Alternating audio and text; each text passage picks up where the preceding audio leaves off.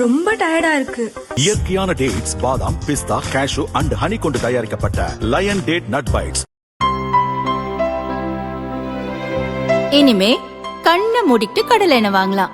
ஏன்னா மந்த்ரா கடலை எண்ணெய் இதயத்தின் தயாரிப்பு. வறுக்க, பொரிக்க, ஏன் எல்லா சமையலுக்கும் மந்த்ரா தான். மந்த்ரா கடலை எண்ணெய், அபார ருசி, ஆரோக்கியமான உடல் நலம்.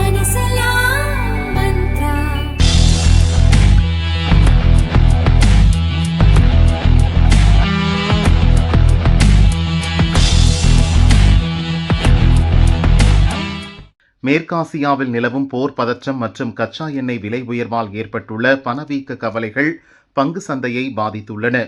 அந்நிய முதலீடுகள் தொடர்ந்து வெளியேறி வருவதால் 6வது வாரமாக சந்தை சரிவிலேயே முடிந்தது.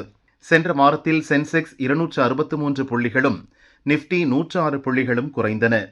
இந்திய பங்குச்சந்தைகள் பெரிய அளவில் சரியவில்லை என்றாலும் டாப் 10 நிறுவனங்களில் 6இன் சந்தை மதிப்பு 64,734 கோடி வீழ்ச்சியடைந்துள்ளது புள்ளி விபரங்களில் தெரிய வந்துள்ளது. பாரதி ஏர்டெல், ஐசிஐசிஐ வங்கி உள்ளிட்ட 6 முன்னணி நிறுவனங்களின் சந்தை மதிப்பு கணிசமாக வீழ்ச்சியடைந்துள்ளது. பாரதி ஏர்டெல் ரூபாய் 29,993 கோடி, ஐசிஐசிஐ வங்கி ரூபாய் 12,845 கோடி, பஜாஜ் ஃபைனான்ஸ் ரூபாய் 11,169 கோடி, HDFC வங்கி ரூபாய் 7,822 கோடி, ஹிந்துஸ்தான் யூனிலிவர் ரூபாய் 2,349 கோடி, SBI ரூபாய் 553 கோடி.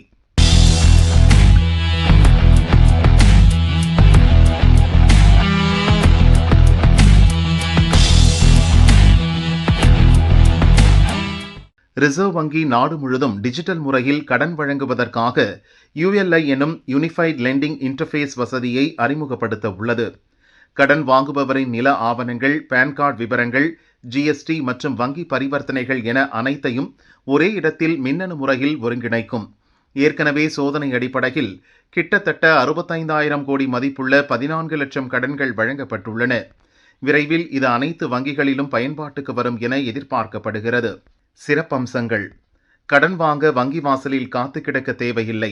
அனைத்தும் டிஜிட்டல் மயம் என்பதால் ஃபைல்களை தூக்கிக் கொண்டு அலைய வேண்டியதில்லை. பல வாரங்கள் இழுத்தடித்த கடன் நடைமுறைகள் இனி சில நிமிடங்களில் முடியக்கூடும். நில ஆவணங்களை ஆன்லைன் மூலமே சரிபார்க்க முடியும் என்பதால் கிராமப்புற மக்கள் மற்றும் விவசாயிகளுக்கு கடன் கிடைப்பது எளிது. முறையான ஆவணங்கள் இல்லாத சிறு குறு தொழிலதிபர்கள் தங்களின் GST கணக்குகளை வைத்தே இனி சுலபமாக கடன் பெறலாம். இடைத்தரகர்கள் தொல்லை ஒழியும், வட்டி விகிதங்களும் குறைய வாய்ப்புள்ளதாக கூறப்படுகிறது.